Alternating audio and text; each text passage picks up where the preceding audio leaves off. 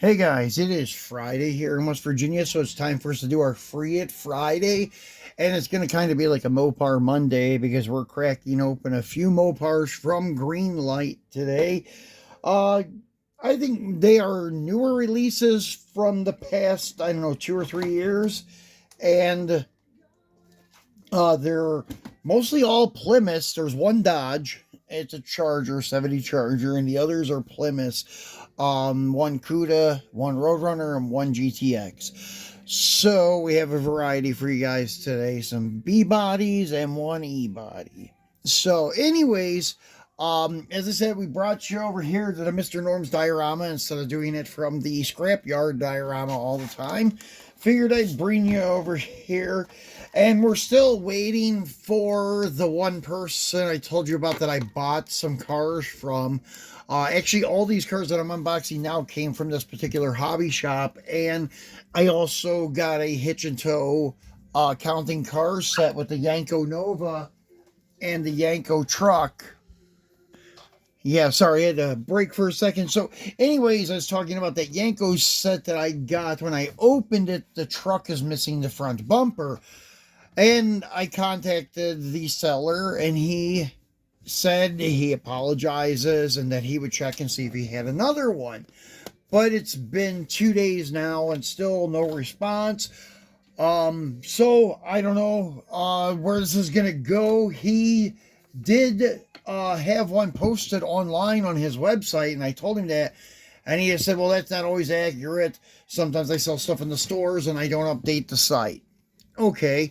So that was 2 days ago. So we're still waiting to hear from him. I will give it the weekend, and then come Monday, I need some kind of resolution with the situation. That way I can tell you guys about this person if he's not going to honor like good customer service and business etiquette.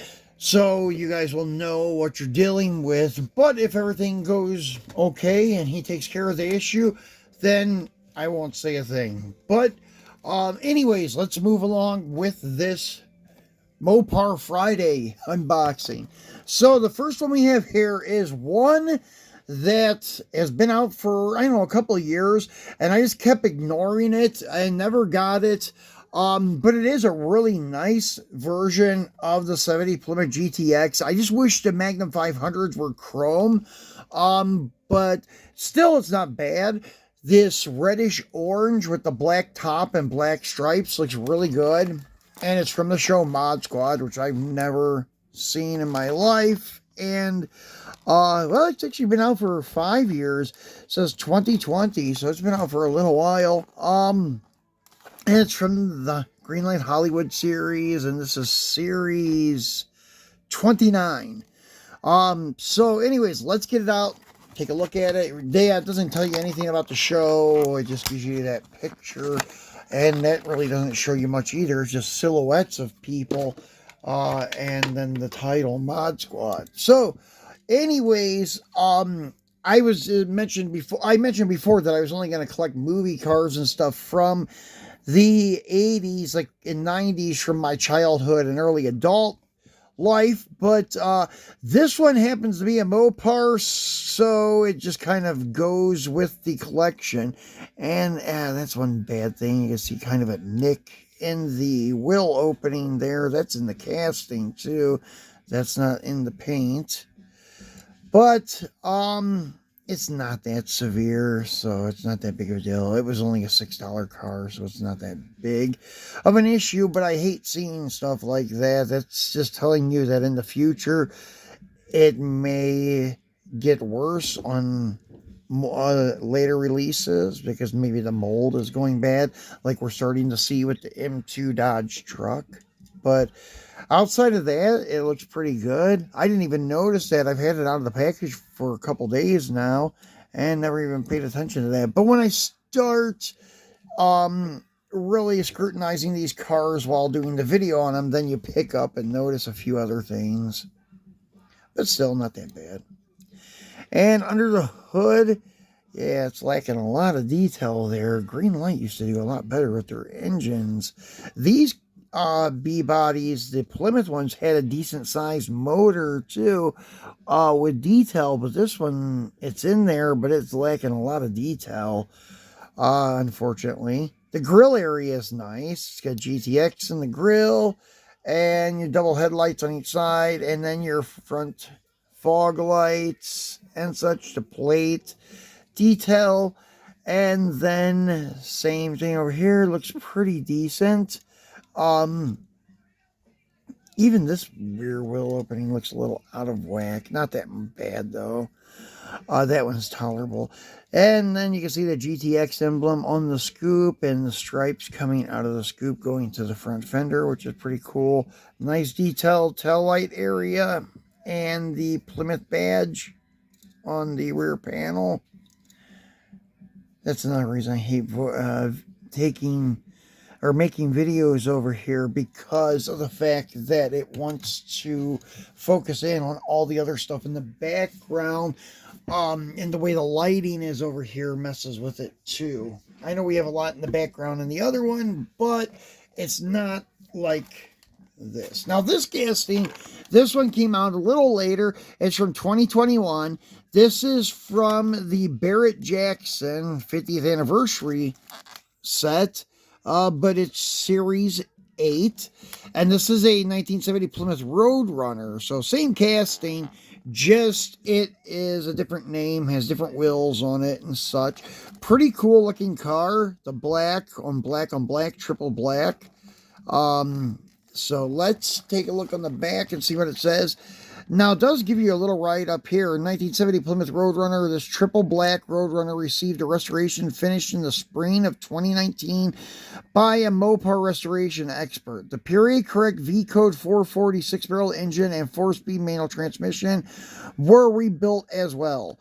Highlights include a fully functional air grabber hood, turn signal hood lights, and the light package, Super Track pack 410 Dana, and an A833 pistol grip shifter and power disc brakes. This Roadrunner has a reproduction trim tag, and it sold for $165,000 in Scottsdale in 2021. So that's crazy money for a 446 pack car, but they are going up in value all the time. So this one here, I'm looking and seeing, yeah, it doesn't look like there's a nick in the casting on this car, but black hides a lot sometimes, but it looks a little better than the other one. So that was just a fluke. There must have been something in the mold or something, or this casting was dropped when it was taken out of the mold or something. Yeah, the zoom here sucks. There we go. The focus, I should say, sucks. So this one has the rally wheels on it, which I prefer, but they are a little wide. This is one of Greenlight's downsides. The rally wheels are wide, but the detail on them are really nice. They're second to none. In my opinion, they have the nicest Mopar rallies out of everyone. Although they are a little extra wide, but still they're nice. You can get your Roadrunner lettering there behind your scoop, and then the little birdie up here on the front fender. Very cool car. Then your air grabber stripe is kind of ghosted in, which is cool. Now, see, this is cool. This is how it should have been on the other one. The painted engine looks really good. And as I said, not the E-body, but the Plymouth B-body has an accurate size engine compared to the Dodge B-body from Greenlight, and we'll see that next. So, very cool car. Once again, nice front end detail on this one. Yeah, it just looks better in black. I don't know, in my opinion. The details pop a little better, in my opinion. Even with the tail lights. Although the Mod Squad GTX has more trim, but that's what the GTX was. It was what they called, I think, the gentleman's muscle car. And it was because of all the trim options and other luxury options that you could get on a performance vehicle. So next we're going to do another Barrett-Jackson car, and this is from Barrett-Jackson Series 10, and this is our only Dodge and our last B-body for the day. So this says a little bit about it. That's why I like the Barrett-Jackson series. They give you a little rundown on the car. So this is a 1970 Dodge Charger Hemi RT, and it only sold for $93,500 at the same meet 2021 Scottsdale. So let's see why. This 1970 Dodge Charger has been completely restored from top to bottom. Even the undercarriage is painted and detailed like the top. Under the hood is an upgraded 8-cylinder Hemi paired to a 4-speed manual transmission. This Charger features air conditioning, bucket seats, console, wood grain steering wheel, Hemi call-out hood, and power steering and brakes, light group, and an upgraded power sound system.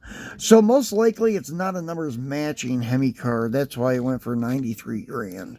But still a really nice looking car. So let's get him out and take a look at him. And this is strange to me. I don't know why Greenlight doesn't just go with this style Magnum on all of them. Because the width of them are very nice on the B bodies. But on the Charger, they put these Magnums on it, and they're a little bit wide, like the rally wheels. So I didn't know until like over the past year that they had two different sets of Magnum 500s they use. But if you would have those skinnier ones on this car, it would look really nice. It would be more accurate too. And you can see it's got the white bucket seat interior, black dash, and such, white top. And they call it the Hemi call-out hood with that stripe package, I guess. And the one downside of this casting in particular, well, this car, this release of it and a lot of other releases of the 70 Dodge Charger, well, as you can see, the engine looks a little too small, and they put the air cleaner on crooked. So that's something I can fix. I can pop that off and turn it around, but I don't open the hoods on these enough to really care. I even have a couple of funny cars that have no engines in them because I use them for customs. But with the body down, you can't tell. So yeah, the air cleaner is a little crooked. But see how much smaller the engine looks in the B-body Charger compared to the B-body Plymouth. So yeah, the Hemi's smaller than the 440. Something ain't right there. So they just went a little wide with the inner fenders on the Dodge B-body. But what I was saying about the cars that they don't complete is the bumper. They don't finish painting the bumper. Sometimes they miss it, or sometimes they don't do it at all. Like this one, the only part of the bumper that was really painted was the bottom and the very front of it, but the sides of it and the top part of it was not painted. So I had to go over it with a Sharpie, and it turned out pretty good. So I think this is my 8th 70 Charger. Actually, the only one I need for stock Chargers from 70 Chargers from Greenlight is the blue one from the Auction Block Series 15. That one is giving me the runaround trying to find one of them. At least one of them for a reasonable price. I found a loose one on eBay, but the guy's crazy. He wants $31 for it. I'm not paying that for a loose one. Maybe if it was brand new in the package, sealed, $30 maybe understandable, but for a loose one, that's like $20 or less in my opinion. But anyways, here's the last one, and we've done this car before a couple years ago when it was first launched. This car came out in 2020. I was still in the Philippines when I got my first version of this car. They also, I think it was in the same series of the Hollywood Series 27. There's a really nice purple Plum Crazy Roadrunner in that set too. I really want it, but that's another one that's hard to find. I found one for sale, but they went $50 for it. That's just crazy, so I'm not paying that for it. But maybe eventually I'll find one loose somewhere, or one at a show, or one on eBay where the seller isn't trying to make his retirement off one car. So, but anyways, yeah, this is a really cool car because it is quadruple black in my opinion, because it's got black paint black interior, black top, and then the black billboards.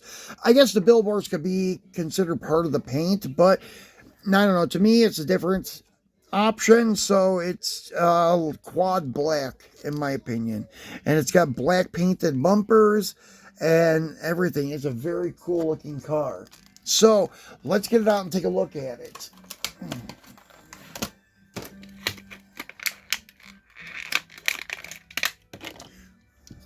So I was happy to find this one because this is getting hard to find too nowadays.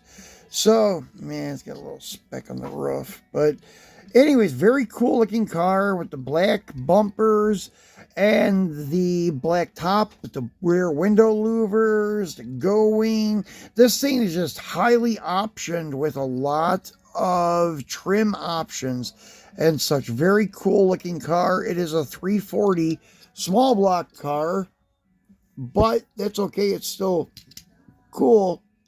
Trying to get the hood to open if I can. Oh, maybe it's not going to open too easy. Huh. Let me try something real quick off camera and I'll see if I can get it open by getting it closer to me, and I don't think it's going to work either way. Oh, there we go. I did get it open.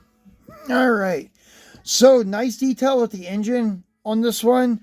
As you can see, the inner fenders on their E-bodies look a little bit like the F-bodies from General Motors. It's not a standard Mopar unibody look with the squared off, like rectangular looking inner fenders like the B-bodies have that we looked at.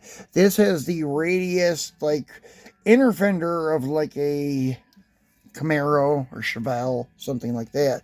So they got that wrong, but everything else looks good, and since it's black, it's really hard to tell. All you can see is that bright orange engine with the shaker scoop on it, which is really cool.